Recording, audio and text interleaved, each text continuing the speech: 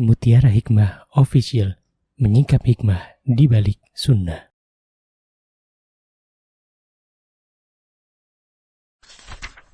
Salurkan donasi terbaik Anda untuk mendukung dakwah Mutiara Hikmah Official. Mari siapkan bekal akhirat kita. Jangan lewatkan kesempatan emas ini. Ayo kita berkontribusi dalam program pembangunan Masjid Mutiara Hikmah yang dibina langsung oleh Ustadz Hanan Yasir MA dan Ustazah Imro'atul Azizah. Raih pahala umroh setara haji dalam program Umroh I'tikaf Ramadan di tahun 2026. Perjalanan penuh makna, bimbingan penuh ilmu bersama Ustadz Hanan Yasir MA dan Ustazah Imro'atul Azizah. Tempat terbatas, daftarkan diri Anda sekarang juga. Jangan lewatkan sensasi umroh full faidah plus daurah fikih hijrah di bulan Syawal tahun 2026 bersama Ustadz Hanan Yasir MA dan Ustazah Imro'atul Azizah. Tempat terbatas, daftarkan diri Anda sekarang juga.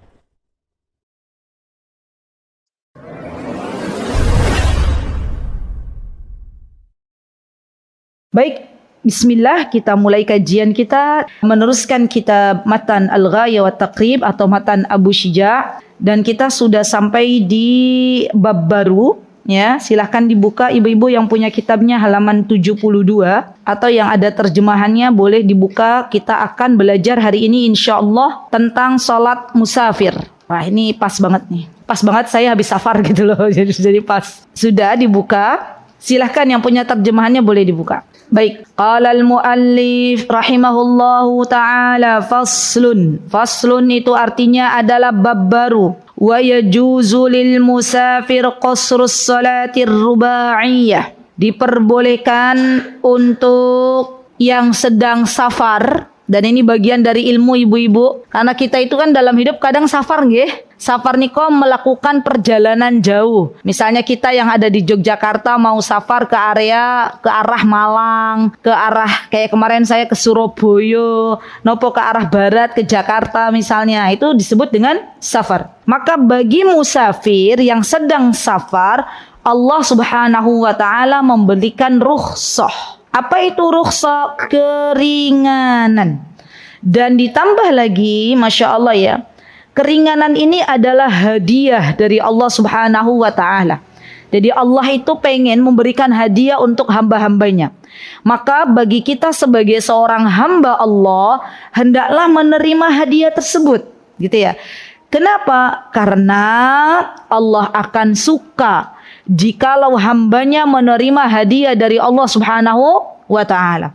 Jadi yang namanya ibadah, ibu-ibu, itu terkadang memang tidak bisa dipikir secara logika. Ya, bagi kita 4 rakaat itu lebih utama dan banyak daripada 2, gimana? Tetapi bagi Allah 2 rakaat yang dilakukan oleh seseorang yang sedang safar itu akan lebih berarti dan pahalanya lebih banyak daripada seorang hamba yang melakukan salat 4 rakaat di waktu salat rubaiyah. Salat rubaiyah itu adalah salat duhur, salat asar, dan salat isya. Jadi salat rubaiyah itu salat yang 4 rakaat. Di dalam agama kita salat rubaiyah itu ada 3. Duhur, asar, dan isya. Maka secara logika teman-teman, ibu-ibu, orang yang melakukan salat 4 rakaat itu lebih banyak. Tapi ternyata pahalanya lebih sedikit. Kenapa? Karena orang yang melakukan salat 2 rakaat dalam rangka mentaati Allah, dalam rangka menerima hadiah dari Allah, nurut sama Allah, maka di hadapan Allah pahalanya lebih banyak. Ya. Jadi tidak semua ibadah itu bisa dipikir secara logika. Saya sudah pernah memberikan sebuah contoh bahwa di dalam agama kita itu diperintahkan kalau kita pakai khuf atau sepatu yang terbuat dari kulit ya dalam perjalanan jauh, itu yang diperintahkan untuk kita apabila kita sedang dalam perjalanan jauh yang diusap napa Bu?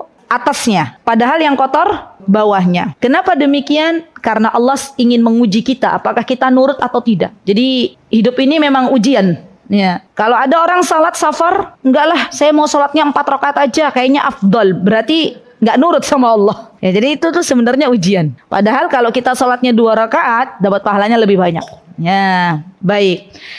Nah, tapi ada syaratnya ibu-ibu. Kalau kita mau mengqashar salat, qashar itu artinya perpendek. Dari kata qasr, qashara, ya dari kata pendek.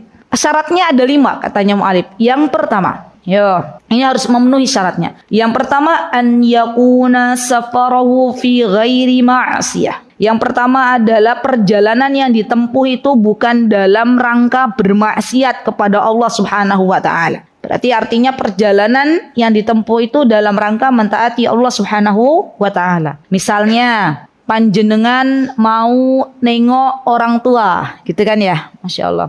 Ya Masya Allah, hikmahnya kemarin kami tuh bawa orang tua pas safar kemarin ke Surabaya, ke Malang itu. Bawa ibu saya dari Cirebon datang Eyang, Alhamdulillah. Masya Allah, kami bawa kemana-mana. Ya, ibu saya itu jimat siji di rumah. Karena suaminya beliau sudah nggak ada, ya saya sudah nggak ada.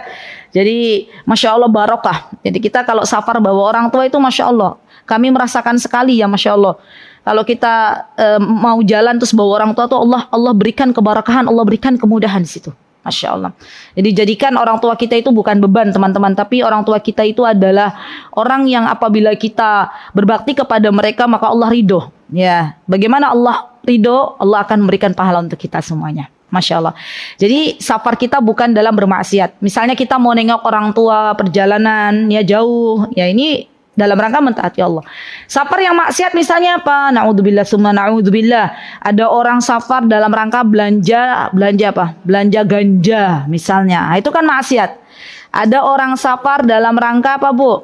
Misalnya kuliner nggak maksiat, itu sesuatu yang mubah, boleh. Apa misalnya maksiat itu? Bawa lari istri orang.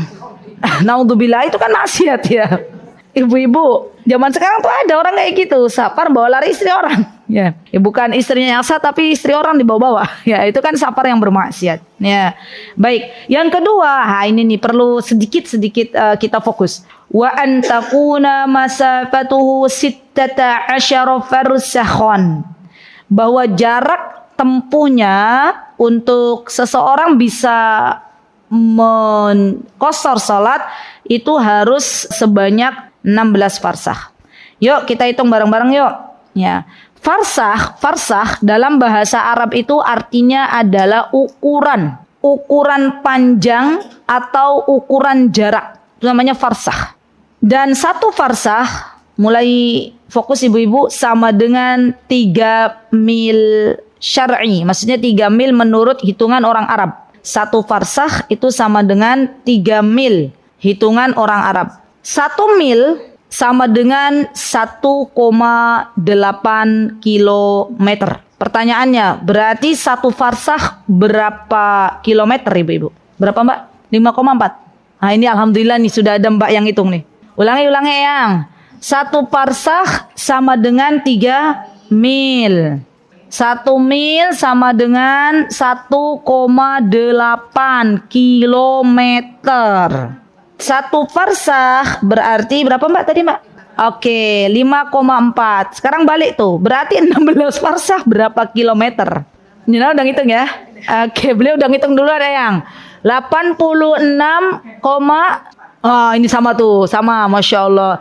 Masya Allah ya ibu-ibu pinter-pinter matematikanya ya, Masya Allah, Allahumma barik, Masya Allah. Iyalah Ustaz udah ada kalkulator gitu loh. Terus kita itu Masya Allah dulu tuh kita belajar sin cos tuh ya, Masya Allah. Ternyata itu ada juga di kalkulator ya, Masya Allah. Berapa? 86,4. Ya ditulis ibu-ibu, 8 nanti ini jadi patokan safar nih. 86,4 ya. Oke, sepakat ya. 86,4 kilometer. Ini seseorang boleh qashar salat. Qashar salat. Dari 4 jadi 2. 4-nya tidak jadi 2. Oke. 86,4. 86,4. Nah, sekarang cara mengetahui kita ini safarnya udah masuk untuk safar atau 16 farsakh atau belum bisa dihitung lewat Google. Nah, Masya Allah ya mudah banget ya. Kalau zaman dulu coba sekarang mulai dihitung deh, dihitung. Kadang pada ini ya, pada kalau ke Magelang itu udah safar belum Us misalnya gitu ya. Belum ya berarti ya? Belum. Oke. Gunung Kidul? Belum juga. Kok Ibu tahu ya, Masya Allah ya. Nah kan. Taruh mana lagi ya? Sebentar, yang rodo-rodo biasa banyak yang tanya. Klaten? Belum. Oke. Madiun? Coba dihitung dulu. Jangan bilang sudah belum Ibu-ibu. Ayo Madiun. Yogyakarta Madiun. Berapa kilometer? 178. Berarti udah masuk. Mana yang biasanya kadang orang bingung, Ustazah, Kulon Progo belum. Kebumen. Coba. Kebumen. Enggak tahu, coba dihitung. Kebumen. Berapa? 101. Udah masuk tuh berarti.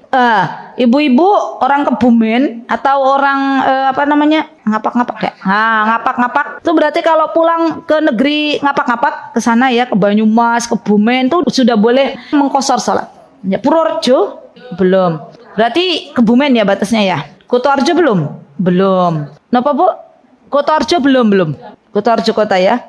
Sudah itu aja. Atau ada yang mau ibu-ibu coba-coba tanya apa misalnya? Solo. Nah itu dia Solo. Coba Bu Retno dihitung Solo. Solo 60 Bu. Belum berarti.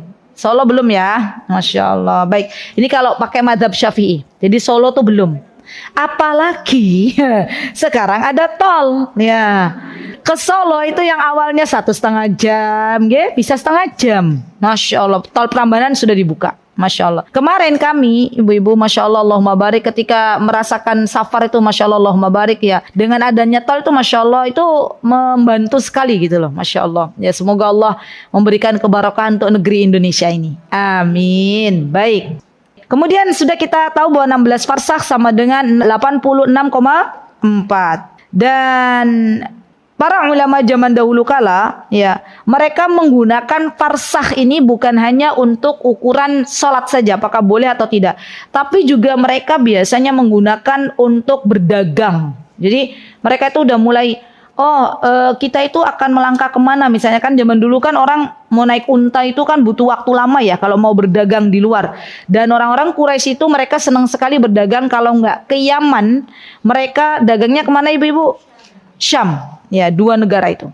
Nah mereka biasanya ketika tahu jarak yang ditempuh sebanyak sekian-sekian, mereka akan mempersiapkan bekal. Berarti kalau jarak yang ditempuh semakin banyak, ini berapa hari gitu loh. Dan persiapannya seperti apa. Masya Allah ya. Ini Masya Allah, Allahumma barik, kita aja kalau mau ke arah mana kan kita butuh persiapan ya. Nah mereka gunakan untuk itu. Baik. Yang ketiga, wa an yakuna muaddiyan lis-salatir rubaiyah. Ayaksuru salati rubaiyah allati yuaddiha halus safar falau qada faitatil hadari fis safar fala yaksur wa kadzalika idza qada faitahus safaru fil hadar. Gini, wa an takuna muaddiyan lis salati rubaiyah, maksudnya adalah kita boleh mengqashar salat kalau posisinya salat yang 4 rakaat itu dalam keadaan kita masih jadi musafir. Jadi boleh mengqashar salat kalau keadaan kita ketika mengqashar salat itu masih dalam keadaan musafir. Ya. Maksudnya gimana Ustazah? Misalnya orang safar, kata para ulama, itu dikatakan sebagai seorang musafir apabila memang dia punya niat kembali ke kampung halaman. Ya. Jadi contoh, kita mau misalnya kami safar ke Malang. Ya. Kami safar ke Surabaya. Artinya ibu-ibu, kalau menurut pendapat yang lain, itu tidak ada batasnya selagi, bukan 3 hari, tapi selagi kita itu punya niat untuk kembali. Nah itu disebut sebagai safar, tetap. Maka ketika kami kemarin berada di Surabaya, kami berada di Malang, maka kami menggunakan rukhsah ini. Ya, salat asar 2 rakaat, salat duhur 2 rakaat, dan salat isya 2 rakaat. Tidak boleh setelah sampainya kami di Yogyakarta, kami belum lepas baju misal contohnya, itu terus kami katakan ya udah deh saya mau salat isyanya 2 rakaat aja gitu ya. Nggak boleh. Kenapa? Karena kami sudah kembali ke Jogja. Ya, walaupun kondisinya kita belum lepas baju dari safar. Ya, tetap kalau kita memasuki sebuah kota di mana kita tinggal di situ, artinya yang namanya rukhsah ini sudah tidak bisa lagi kita kerjakan, gitu ya. Karena anak kami itu senang banget safar. Kenapa? Asik katanya. Sholatnya jadi 2. Anak kecil ya. Hamzah usia 8 tahun itu. Mau sholat di mana Ham? Mau sholat di luar Jogja aja. Nanti kalau udah di Jogja jadi 4 katanya. Ya Masya Allah. Ayang-ayang ikutan juga asik. Masya Allah. Oh cucu ya, saya kira ayang-ayang jadi asik juga ya. Baik. Kemudian di sini teman-teman, yang keempat, wa an yanwiyal qasra ma'al ihram. Apa ini wa an yanwiyal qasra ma'al ihram ini? Dia meniatkan qasar ma'al ihram. Al ihram di sini apa ya teman-teman ya? Apa di situ? Apa? Takbiratul ihram. Subhanallah. Wa yanwiyal qasar ma'al ihram. Gini maksudnya.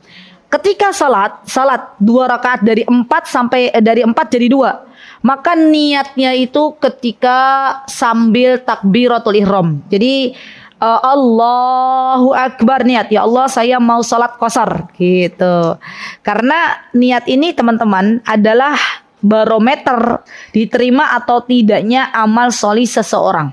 Ya, kalau kita mau niat qasar, maka kita harus niat.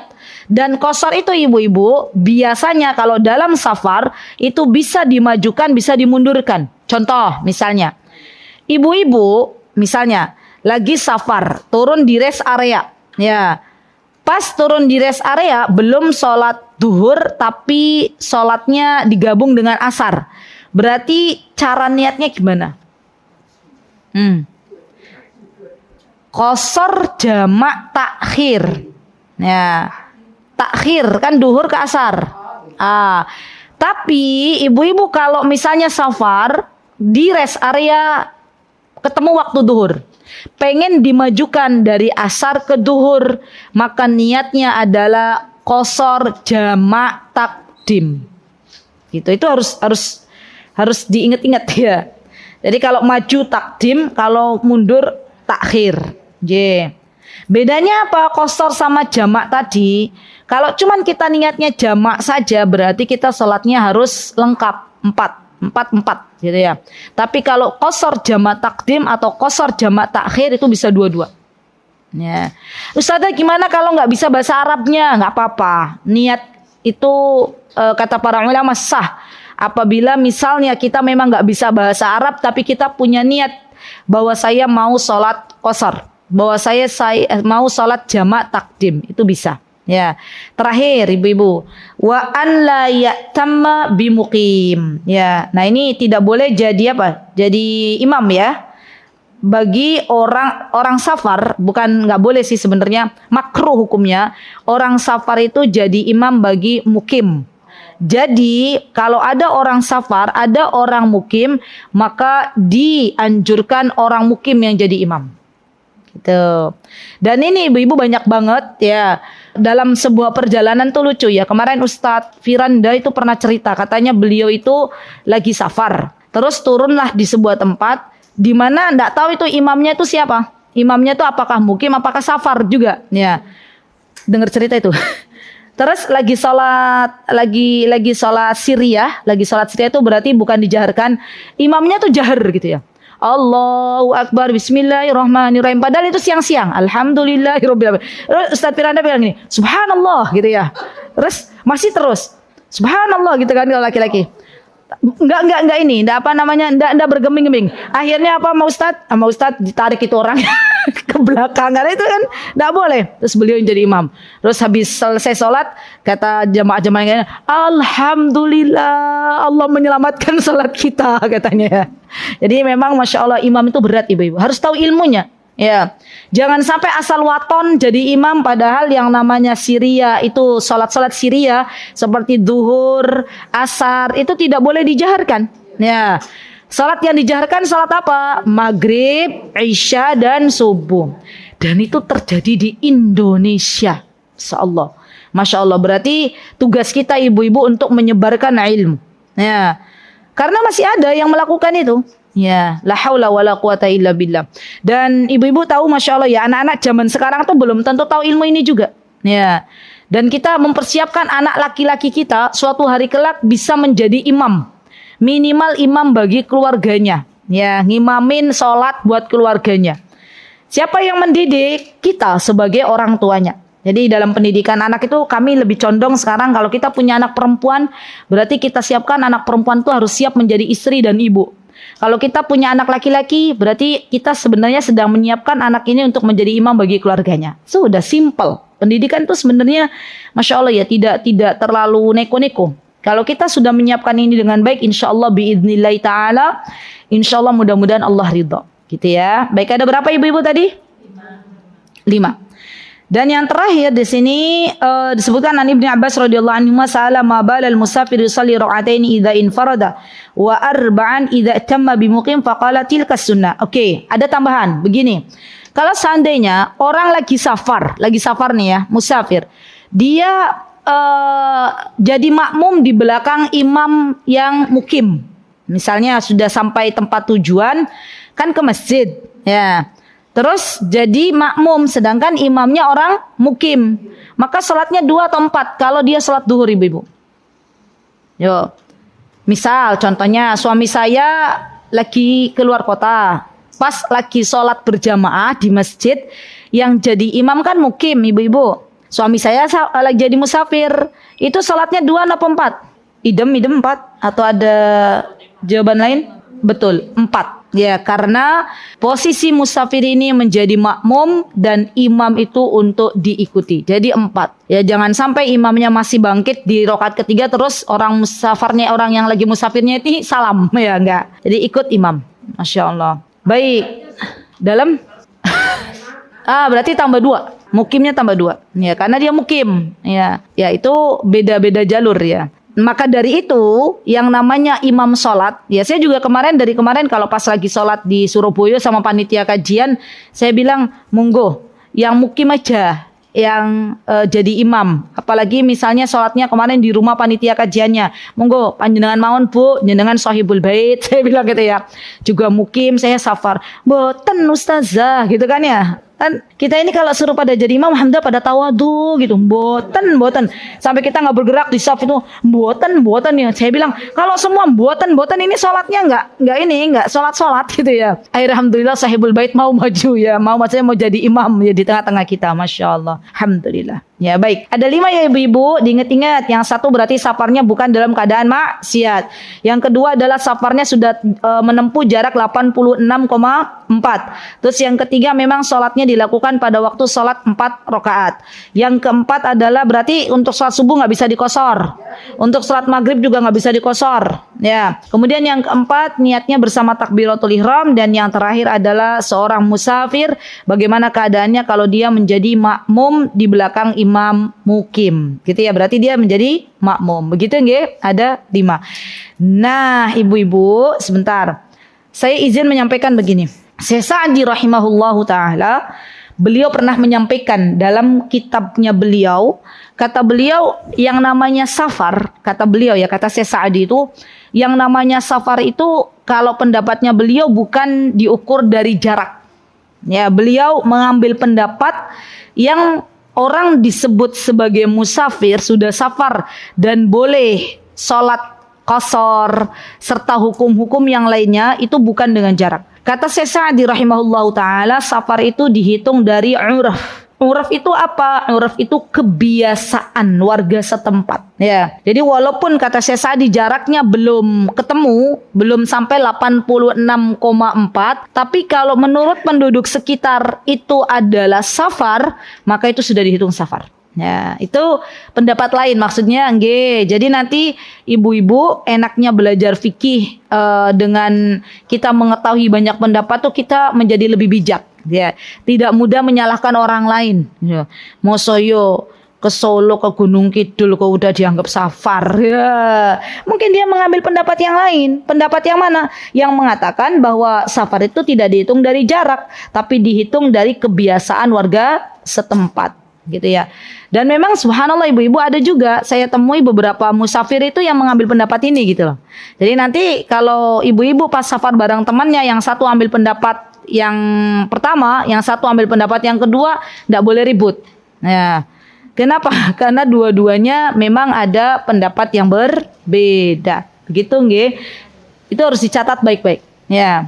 Baik, wa yajuzu lil musafir an yajma' baina adh-dhuhri wal 'asri fi waqti ayyihima syaa wa baina al-maghribi wal 'isya'i fi waqti ayyihima syaa. Kata Syekh, dan boleh bagi musafir untuk menggabungkan. Jama' itu artinya gabung.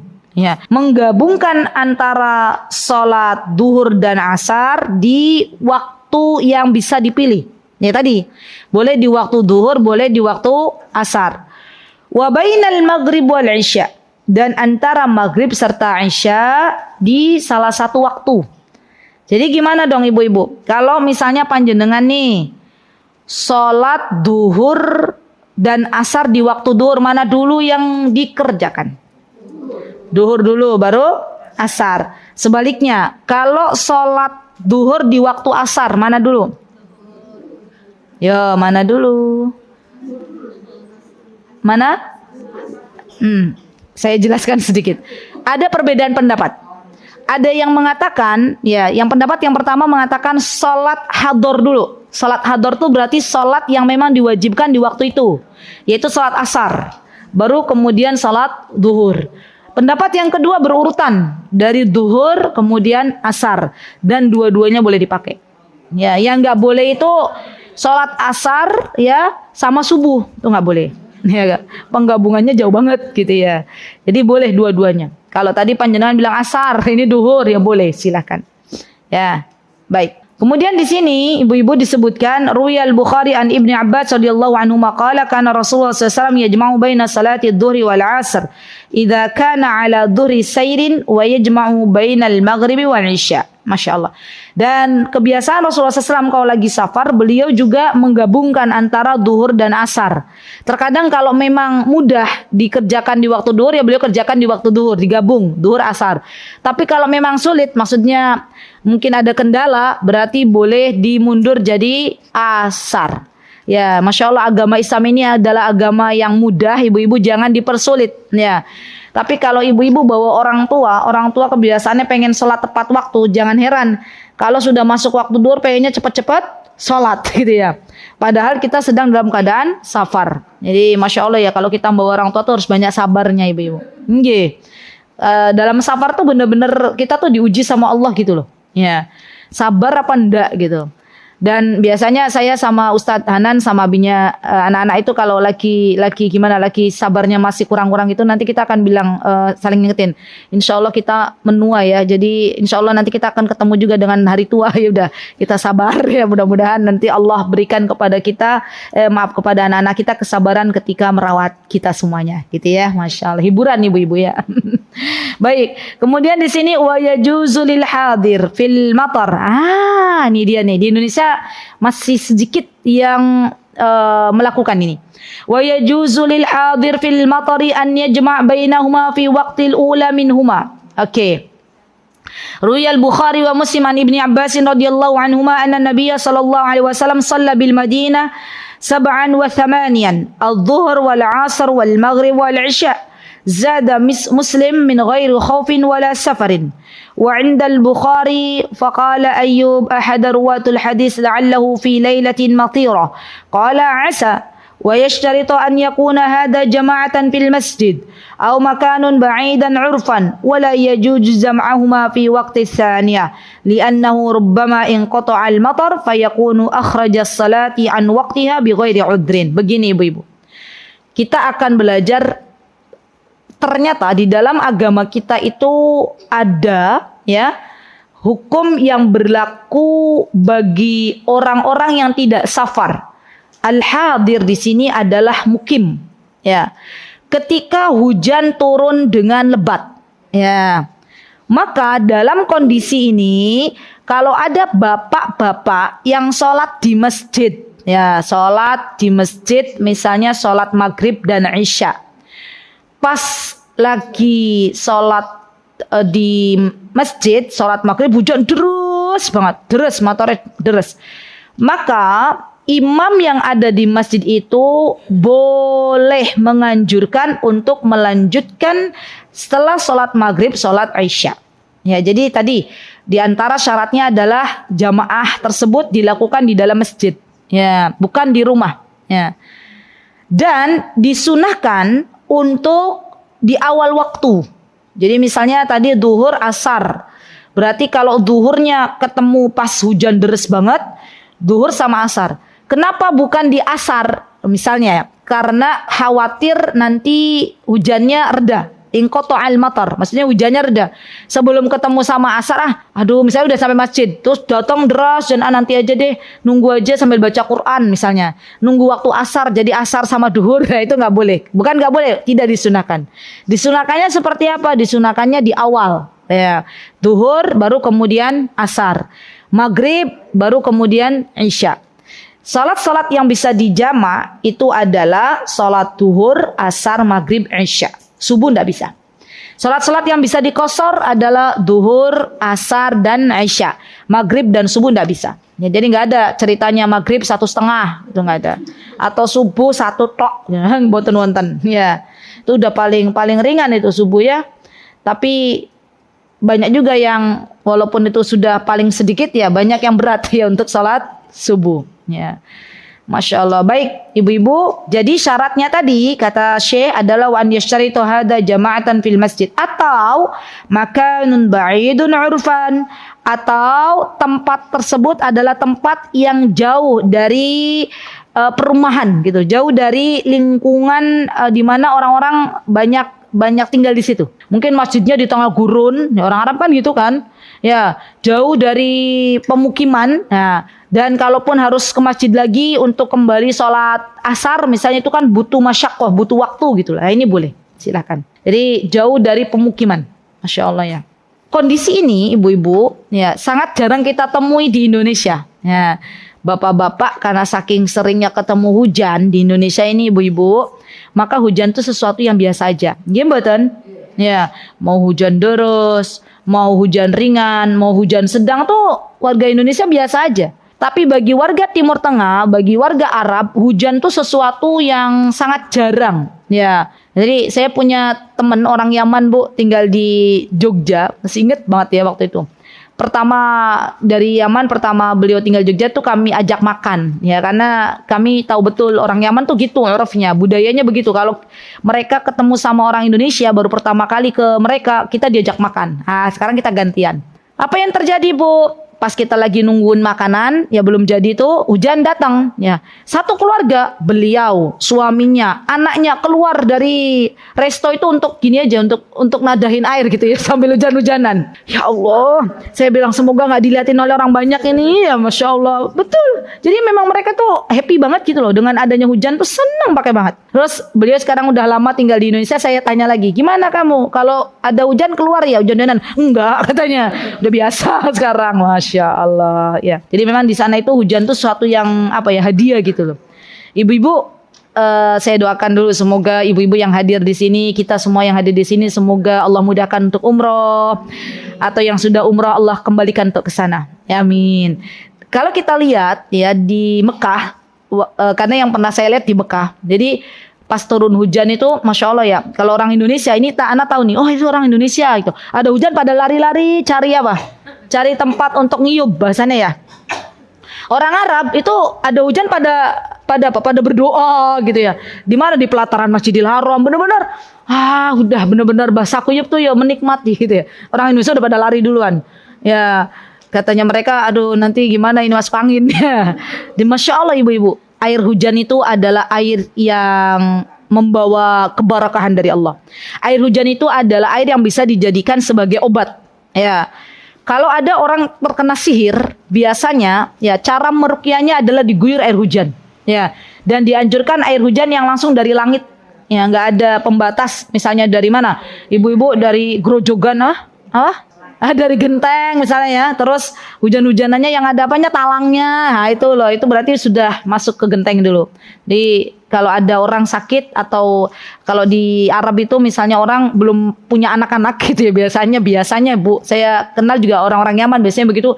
Mereka tuh rumahnya tuh kan ada kayak haus, tempat buat nyemur. Biasanya disuruh hujan-hujanan di situ, ya. Dan kondisinya tuh dibuka bajunya, bukan tanpa busana ya Bu. Maksudnya terkena. Jadi kulit tuh ada yang terkena air hujan. Tapi itu dilakukan di dalam rumah, ya bukan di luar rumah. Ya. Orang Indonesia kan jarang banget begitu. Ya, boleh. Jadi ibu-ibu kalau mau dimanfaatkan air hujan untuk ruqyah itu juga boleh. Ya, baik. Kemudian di sini faslun wa syaraitu wujubil jum'ah. Nah, kita akan cepat aja karena ini salat Jumat ya. Ada beberapa syarat untuk salat Jumat ya, dan ini terutama kaum laki-laki. Hukumnya untuk salat Jumat bagi kaum laki-laki ini wajib. Apa, Bu? Wajib. Sab'ata asya. Bagi kaum laki-laki ada kewajiban untuk salat Jumat. Dan ini bisa dipelajari oleh kita emak-emak agar kita bisa mengajarkan kembali kepada anak-anak kita yang sudah mulai baligh ya. Yang pertama adalah Islam. Jadi orang yang salat Jumat itu harus muslim, tidak bisa orang non muslim. Yang kedua, orang yang salat Jumat itu syaratnya adalah bulugh. Bulugh itu baligh. Kalau laki-laki ditandai dengan mimpi basah. Bagi ibu-ibu yang punya anak laki-laki ya, cara mudah untuk menyampaikan kamu itu baligh atau belum, biasanya kita akan katakan nanti kalau kamu itu pipisnya kayak lem. Ya di waktu tidur berarti itu mimpi basah. Ya. Anak kami usia 8 tahun aja itu pernah gabung sama temannya sesama jamaah umroh. Ya orang Sorong ya, ngobrol ditanya sama temannya yang laki-laki usianya 9 tahun. Hamzah kamu udah mimpi basah belum gitu. Dia bingung, mimpi basah, mimpi gitu. Anak-anak kami itu kan masih kecil ya. Terus akhirnya tanya, mimpi basah itu apa gitu ya. Ya kita jelaskan ya, Masya Allah. Jadi kadang anak-anak tuh suka apa ya, istilahnya sesama anak-anak mungkin ibunya sudah mengajarkan dari dini ya. Jadi wajar tanya begitu ya, sudah balik belum maksudnya gitu. Tapi bahasanya sudah mimpi basah belum katanya ya. Baik. Yang ketiga adalah al-hurriyah. Nah, ini penting nih ibu-ibu. Untuk orang yang diwajibkan sholat Jumat dia harus merdeka. Maksudnya bukan budak. Ya, zaman dulu masih banyak perbudakan. Yang keempat adalah az-zukuriyah, laki-laki. Jadi wajib. Kalau madhab Syafi'i itu sholat Jumat itu wajibnya untuk kaum laki-laki. Ya. Tetapi Imam Ahmad bin Hanbal, ya, madhab Ahmad bin Hanbal, madhab Hanabila, itu mereka menganjurkan kaum perempuan atau wanita juga untuk turut hadir sholat Jumat. Ibu-ibu kalau pas lagi umroh, atau lagi hajian, niko pas sholat Jumat kan penuh, ya nggak laki-laki nggak perempuan, semua sholat Jumat, betul. Karena di Saudi mereka menganut madhab Hanabila. Ya, Ustazah, kita bisa bersatu nggak sih antara penganut madhab Hanabila dan Syafi'iyah? Bisa. Ya, memang masalah fikih ini adalah masalah khilafiyah, masalah yang banyak perbedaan pendapat. Kalaupun kita berbeda dengan teman kita dalam masalah fikih, itu tidak akhirnya kita tidak temenan, ya tidak. Tapi memang yang namanya madhab, masalah madhab ini itu tergantung orang yang mau ambil pendapat yang mana. Gitu ya. Dan ibu-ibu tahu bahwa sholat Jumat ini bagi penganut Hanabila itu punya banyak manfaat kata mereka. Di antaranya apa? Perempuan bisa mendengarkan khutbah yang disampaikan oleh seorang khatib. Jadi zaman dulu ibu-ibu area masuk ke Saudi, Yaman itu kalau perempuan-perempuan zaman dulu tuh ya hadir ikut sholat Jumat. Saya waktu itu bingung ya karena di Indonesia kan jarang banget kan kita hadir sholat Jumat ya ibu-ibu ya. Yang namanya sholat Jumat kan laki-laki, betul. Terus saya tanya tuh ke warga setempat, emang apa sih manfaatnya kok kalian para perempuan pada hobi sholat Jumat? Saya waktu itu tanya. Terus diantara mereka menjawab, biar kita itu dapat faidahnya manfaatnya kita bisa mendengarkan khutbah katanya ya. Dan kita bisa berdoa di antara dua khutbah. Misalnya orang sholat Jumat kan ada khutbah pertama, ada khutbah kedua. Maka di antara khutbah pertama dan khutbah kedua itu waktu yang mustajab. Ya, Masya Allah. Jadi ibu-ibu kalau ayah atau suaminya pada mau Jumatan bilang, beb, jangan lupa ya beb doa antara dua khutbah. Itu mustajab. Masya Allah. Ya. Baik. Kemudian di sini wasihah. As-sihah itu adalah badannya, fisiknya sehat. Akalnya juga sehat. Dan terakhir ibu-ibu di antara syarat orang sholat Jumat adalah al-istiton. Apa itu istiton? Istiton atau al-iqamah, mukim. Istitonah itu artinya adalah al-iqamah. Bukan orang yang sedang dalam perjalanan. Jadi sebenarnya ibu-ibu kalau kita sedang dalam perjalanan maka suami kita tuh boleh kok nggak Jumatan. Saya pernah ibu-ibu safar Kami pernah safar. Waktu itu kami pakai driver, pernah pakai supir gitu ya. Jadi beda pendapat tuh. Yang satu ambil pendapat enggak apa-apa, boleh kok kalau Jumatan, kalau safar enggak Jumatan, yang satu harus Jumatan. Yang ada di rest area itu penuh banget ya, pakai banget. Kalau Jumatan itu kan semua pada pengen Jumatan. Padahal boleh seorang yang sedang safar tuh enggak Jumatan, boleh. Jadi gimana Ustazah sholatnya diganti dengan zuhur? Ya, berarti kalau Jumat sholatnya 2 rakaat, kalau zuhur 4 rakaat. Ya, dan memang hari Jumat itu bukan waktu yang baik untuk safar. Ya, jadi kalau pas kepentoknya safar harus hari Jumat, maka boleh bagi para musafir tidak sholat Jumat, terutama bagi kaum laki-laki. Wa syaraitu fi'liha thalathah. Nah, di sini ada 3 syarat yang termasuk bagian dari fi'al, dari pekerjaan ada 3. Yang pertama, antakunal baladu misran au qaryatan. Nah, maksudnya gimana ibu-ibu? Li'anna Nabiyya sallallahu alaihi wasallam wa ashabuhu radhiyallahu anhum lam yusalliha illa hakadha. Wa kanat qabailul a'rabi muqimina hawla al-Madinah. وما كانوا يصلونها وما أمره النبي صلى الله عليه وسلم بها والمصر ما كان فيه سوق قائم وأمير وقاد وقيل غير ذلك. Ya, kata beliau di sini bahwa sesungguhnya antakunal balad, ya disebutkan yang wajib didirikan salat Jumat adalah di mana tempat tersebut itu ada sekelompok orang. Ya, sekelompok orang, ada amir, ada pemimpinnya, ada qadin, ada hakimnya, dan juga di situ ada orang-orang yang memang tinggal di daerah situ. Jadi kalau misalnya hanya sekelompok kecil orang, ya, karena ada yang mengatakan minimal salat Jumat itu 40. Ya, maka belum diwajibkan untuk salat Jumat. Ya. Wa an yakunal adad. Nah, ini ada nih. Imam Syafi'i juga bilang arba'ina min ahlil jum'ah. Ya. Ditegakkan sholat Jumat itu kalau jumlah peserta sholat Jumatnya memenuhi batas minimal. Yaitu berapa? 40. Wahumul ladina tatawaffaru fihimu syuru'id as-sabiqah. Wa dalla ala isyratil adad ma rawahu ad-Daruqutni wal Baihaqi an Jabir radhiyallahu anhu qala madatitis sunnah anna fi kulli arba'in fama fawqa dhalika jum'ah. Berarti kalau ada dalam satu desa hanya ada 2 rumah, ya laki-lakinya cuma ada 4 orang di daerah ini transmigrasi, nah gitu ya. Maka ini belum diberikan kesempatan untuk wajib sholat Jumat. Berarti kalau hari Jumat ketemu pilihannya 2. Pilihannya dia mendekat ke masjid yang memang didirikan sholat Jumat atau dia sholat duhur saja, gitu ya. Baik. Kemudian di sini ibu-ibu disebutkan wa an yakunal waqtu baqiyan. Gimana maksudnya? Ruwiyal Bukhari wa Muslim an Salama bin Aqwa radhiyallahu anhu qala kunna nusalli ma'an nabi sallallahu alaihi wasallam al-jum'ah thumma tansarif wa laysa al-haytanu dhilli nastadillu fi. Wa indahuma an Sahl bin Sa'ad radhiyallahu anhu ma kunna nuqilu wa la nataghadda illa ba'da al-jum'ah. Naqilu minal qailula wa hiya an-naum wasatun nahari lil istiraha. Dalal hadithan ala anna al-jum'ah ma kanat tusalli illa waqta adh-dhuhr bal wa fi awwalihi. Jadi maksudnya adalah ditegakkannya salat Jumat kalau waktunya masih cukup. Ya. Misal contohnya ada orang dia lagi mau sholat Jumat tapi kumpul 40 orang itu waktunya mepet banget gitu loh. Mepet sampai nggak bisa untuk khutbah. Maka dalam hal ini dia sholat duhur aja. Maka dari itu di sini Syekh mengatakan sholat Jumat itu lebih baik di awal waktu.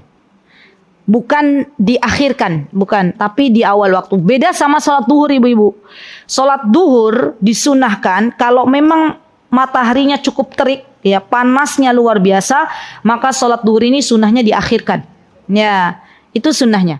Ya, misal ibu-ibu kalau di Indonesia kan kita nggak merasakan panas banget kan. Di Saudi kalau pas musim panas, ya panasnya lagi panas puncaknya itu bisa mencapai 49 derajat. Ya, atau bahkan lebih. Dan agama Islam ini adalah agama yang memudahkan. Maka boleh kata Rasulullah SAW, kalau ketika musim panasnya sudah memuncak, ya ditunggu dulu. Ya brod itu maksudnya ditunggu dulu lebih dingin, baru kemudian salat jamaah. Ya, tapi untuk salat Jumat kalau bisa diawalkan maka diawalkan. Baik, fa in kharajal waqtu aw udimat asyurut sulaitud dhuhra. Nah, betul. Jadi kalau kita sudah keluar, ya misalnya sudah sempit banget waktu untuk sholat Jumatnya, maka sholatnya sholat duhur 4 rakaat tanpa khutbah. Wa faraiduha salasa. Dan ada faraid itu jamak dari kata fardun. Apa itu fardun? Yang diwajibkan. Ya, yang diwajibkan ada 3. Ya, khutbatani yaqumu fihima wa yajlisu bainahuma. Ruya al-Bukhari an Ibnu Umar radhiyallahu anhu qala kana Nabi sallallahu alaihi wasallam yakhutubu qa'iman thumma yaqud thumma yaqum kama taf'aluna al-an. Di antara rukun salat Jumat itu adanya khutbah, dan khutbahnya 2 kali. Yang pertama berdiri, baru kemudian diselingi dengan duduk sebentar, setelah itu berdiri kembali. Nah, ibu-ibu, kalau orang yang paham, ya waktu mustajab doa itu ketika khatib itu yang menyampaikan khutbah itu duduk. Jadi antara 2 khutbah pertama dan khutbah kedua biasanya ada gerakan khatib itu duduk. Nah, ketika duduk itu berdoa, dan itu waktunya sempit sekali. Ya, waktunya sedikit sekali. Ya nggak lama nggak. Ya, jadi jamaah umroh itu kadang nyari waktu ini loh. Ya, pas ikut sholat Jumat di Masjidil Haram, berangkatnya jam berapa Bu? Biasanya ibu-ibu Indonesia itu jam 8 udah berangkat gitu ya. Padahal duhurnya jam 1. Ya, akhirnya kalau jam 8 berangkat nggak sarapan ya, pulang-pulang pada masuk angin. Seringnya begitu. Ya, kalau ada jamaah kok hari Jumat sore udah minta kerokan macam-macam tuh, biasanya saya tanya, ibu tadi ikut sholat Jumat nggih? Nggih. Berangkat jam pinten tadi? Jam 8 Ustazah. Masya Allah. Terus sarapan mboten? Nggih sampun sarapan wau 6:30. Oh nggih. Habis duhur pulang? Mboten Ustazah, ke masjid. Terus ke Ademen jadi pulang gitu. Jadi nggak makan siang ternyata. Masya Allah. Ibu-ibu yang namanya umroh itu kita harus tahu diri. Ya, kalau memang kita merasa sepertinya saya nggak kuat, ya jangan dipaksa. Ya, jangan sampai belum apa-apa udah tumbang. Ya, apalagi itu baru hari pertama, padahal umrohnya 13 hari. Nah, itu kan kasihan. Ya, baik. Kemudian di sini teman-teman dijelaskan wa an tusalliya rakaatain. Salat Jumat, ingat ya, salat Jumat itu di dalam agama kita hanya 2 rakaat saja. Dan ini berlaku dari zaman Nabi Muhammad SAW sampai hari kiamat tiba. Kenapa saya tekankan seperti ini? Karena bisa jadi suatu hari kelak di mana kebodohan merajalela, maka akan ada di sosial media viral orang di masjid berbondong-bondong sholat Jumatnya 4 rakaat. Misal contoh, kan zaman sekarang tuh zaman aneh-aneh. Ya, ada perempuan ngimamin laki-laki, itu kan ya. Jadi kalau nanti kita dengar ada masjid yang sholat Jumatnya 4 rakaat, ketahuilah bahwa masjid itu pakai syariat yang nggak jelas syariatnya gitu ya. Karena kalau ahlu sunnah wal jamaah yang namanya sholat Jumat itu berapa rakaat? 2 rakaat. Ya. Lil ijma, lihat ibu-ibu, lil ijma berarti kesepakatan ulama. Ijma ini artinya kesepakatan ulama. Berarti 4 madhab itu sepakat bahwa sholat Jumat hanya 2 rakaat. Siapa 4 madhab itu? Yaitu Hanafiyah, Hanabila, Syafi'iyah, Malikiyah. Ada 4. Ya. Sepakat bahwa sholat Jumat itu 2 rakaat saja. Fi jamaah, dan sholat Jumat dilakukan dengan berjamaah, mboten pareng. Nah itu dia udah dijawab sama yang mboten pareng dewean. Ya, harus sholat berjamaah. Baik. Wa hay'atihima arba'u khisalin, al-ghuslu wa tandiful jasadi wa lubsus thiyabil bid wa akhdud dhufri wa tib. Ini penting nih ibu-ibu. Bagi ibu-ibu yang punya anak laki-laki sudah mau pergi Jumatan, atau bagi kita yang misalnya suami kita mau Jumatan, maka perhatikan nih, ya. Kita katakan sebelum Jumatan mandi dulu gitu ya. Sebelum Jumatan mandi dulu bebekku, ya, al-ghusl. Ya, kenapa? Karena Rasulullah mengatakan la yagtasilu rajulun yaumal jum'ah Tidaklah seorang laki-laki dia mandi pada hari Jumat wa yatatahharu mastata'a min tuhrin, dan dia membersihkan dirinya, mensucikan dirinya dengan sebaik-baik ya cara untuk mensucikannya, wa yadhinu min dunihi, kemudian pakai duhun itu kalau orang Arab tuh bilang pakai apa tuh Bu namanya, minyak rambut tuh duhun. Ya, minyak rambut yang biar klimis-klimis itu. Ya. Au yamussu min tibin baitihi, atau dia pakai wangian, summa yakhruju fala yufarriq baina itsnain. Kemudian laki-laki ini dia keluar untuk salat Jumat ya, dan dia tidak memisahkan antara dua orang, maksudnya dia tidak mengacaukan suasana ya. Berarti ini tuh sesuatu yang ada, orang sebelum Jumatan ketemu sama orang lain, diuji sama Allah, akhirnya dia memisahkan dua orang. Nah, ini syaratnya dia nggak boleh memisahkan dua orang. Thumma yusalli ma kutiba lahu. Kemudian dia salat ya, sesuai dengan apa yang telah diwajibkannya. Thumma yunsitu idza takallama al-imam. Kemudian dia diam, tidak ngobrol ketika khutbah. Illa ghufira lahu ma bainahu wa bainal jum'atil ukhra. Maka Allah akan berikan bonus, dosanya diampuni dari Jumat ke Jumat berikutnya. Masya Allah. Keren. Dan itu didapatkan oleh orang yang ikut Jumatan. Makanya di mana-mana biasanya ditulis dilarang bicara ketika imam sedang berkhutbah gitu ya. Ketika khatib sedang berkhutbah. Ya, dan dilemanya anak-anak muda zaman sekarang boro-boro, ya bukan boro-boro, gimana mau bicara orang sholat Jumatnya aja mepet sama khutbah kedua. Ya kan. Ya. Jadi waktu itu tuh masih mending kalau ikut khutbah. Ya kadang imamnya udah sholat, ya itu baru datang. Jadi waktu itu kami dari luar kota apa ya waktu itu ya lupa. Terus sudah masuk Jogja, akhirnya saya tuh nunggu di mobil gitu loh. Suami ada jadwal khotib Jumat. Saya di mobil loh. Ya Allah, banyak sekali anak-anak muda. Ya imamnya udah mulai suatu baru brul gitu ya. Ya Allah, nah, ini nih ibu-ibu.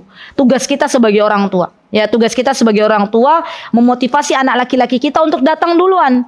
Berikan motivasi kepada mereka bahwa orang yang datang duluan ketika sholat Jumat, yubakir fi itu artinya pagi-pagi duluan, itu dia dapat pahala unta, dapat pahalanya lebih besar ya. Dan ini harus disonding dari kecil.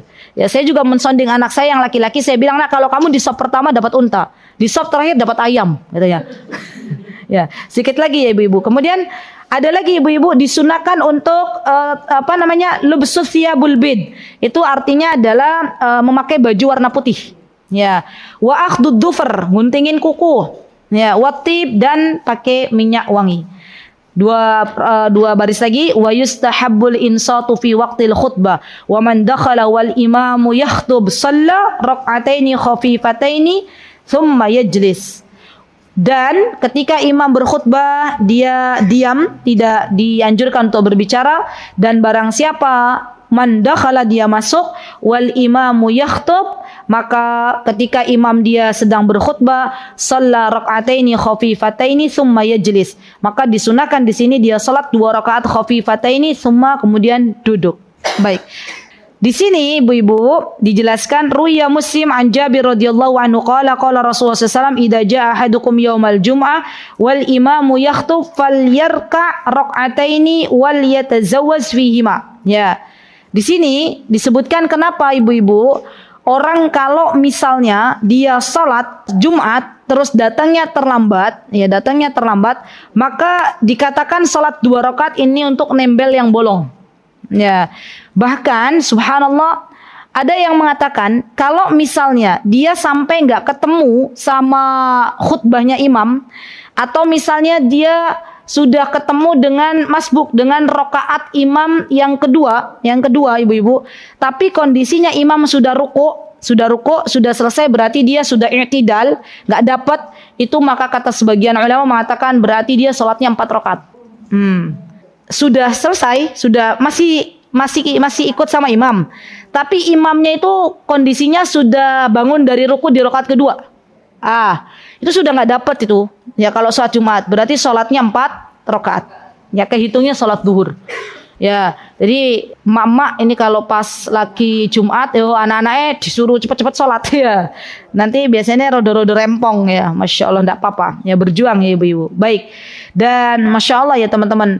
Kenapa disyariatkan umat muslim itu untuk sholat Jumat. Ya, masalah itu untuk kebaikan kaum muslimin. Coba bisa dibayangkan nggak kalau nggak ada sholat Jumat, orang yang nggak pernah sholat ketemunya sholat Id. Nah, iya nggak ibu-ibu? Lah, kan kadang ada tahu zaman sekarang ngaku muslim tapi nun sewu nggak sholat 5 waktu. Itu kalau nggak ada sholat Jumat biasanya masih itu sholat Jumat. Tapi kalau nggak ada sholat Jumat bisa ketemu sholat Id. Ya. Dan sebenarnya di antara manfaat sholat Jumat adalah momen di mana kaum muslimin itu mencas hatinya, gitulah. Jadi dapat makanan nutrisi untuk hati kaum muslimin. Tapi masalahnya banyak orang-orang zaman sekarang dilema ibu-ibu, ya kalau yang khutbahnya itu orang sepuh ya, Assalamualaikum warahmatullah gitu ya. Biasanya anak-anak muda rata-rata bukan mendengarkan, mainan HP. Ya, gimana? Ya, jadi PR untuk kita semuanya, semoga suatu hari kelak ada banyak ya para khatib di negeri kita ini yang Masya Allah memang ahli di bidangnya gitu loh. Ya coba bisa dibayangkan gak sih ibu-ibu kalau yang khotibnya orang sepuh, lihat tag gitu kan ya, lama lagi gitu, Masya Allah. Dan disunahkan, ibu-ibu ini banyak nih yang terkadang lupa ya, disunahkan yang namanya khutbah itu gak berlama-lama, sebentar saja. Yang lama itu di sholat.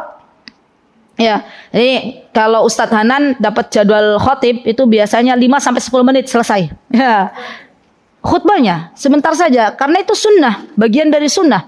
Ya, banyak orang-orang mengira bahwa semakin khutbahnya lama itu semakin faqih, semakin orang itu pinter. Padahal apa? Padahal baca. Berlembar-lembar kertas HVS. Ya, 5 lembar, 10 lembar yang ada apa? Para pesertanya anginnya kenceng, AC-nya bagus, pada ngantuk gitu kan ya. Nah, itu memang karena bukan sunnahnya seperti itu. Sunnahnya 5-10 menit selesai, baru kalau mau sholatnya diperpanjang boleh silahkan. Dan ini banyak sekali yang jarang menggunakan ini gitu ya, padahal itu adalah anjuran Nabi kita Muhammad sallallahu alaihi wasallam. Wallahu taala alam ibu-ibu. Insyaallah nanti besok kita masuk ke sholat Id ya, wa sholatul idaini, dan kita akan belajar lebih dalam lagi bagaimana seorang wanita apakah wajib untuk sholat Id, bagaimana orang-orang yang haid apakah disunahkan juga untuk menghadirinya, dan seperti apa insyaallah kita akan bertemu kembali. Wallahu taala alam. Kalau besok masih ada waktu berarti ambil 2 ya, salat Id dan salat kusuf. Salat kusuf itu artinya salat gerhana matahari. Ya, semoga Allah Subhanahu wa taala memudahkan kita semuanya untuk tetap belajar agama yang mulia ini. Semoga Allah Subhanahu wa taala memberikan kemudahan untuk kita mengamalkannya. Wallahu taala alam. Aqulu qouli hadza wa astaghfirullah li wa lakum wa akhiru da'wana alhamdulillahi rabbil alamin. Assalamualaikum warahmatullahi wabarakatuh. Mutiara Hikmah Official, menyingkap hikmah di balik sunnah.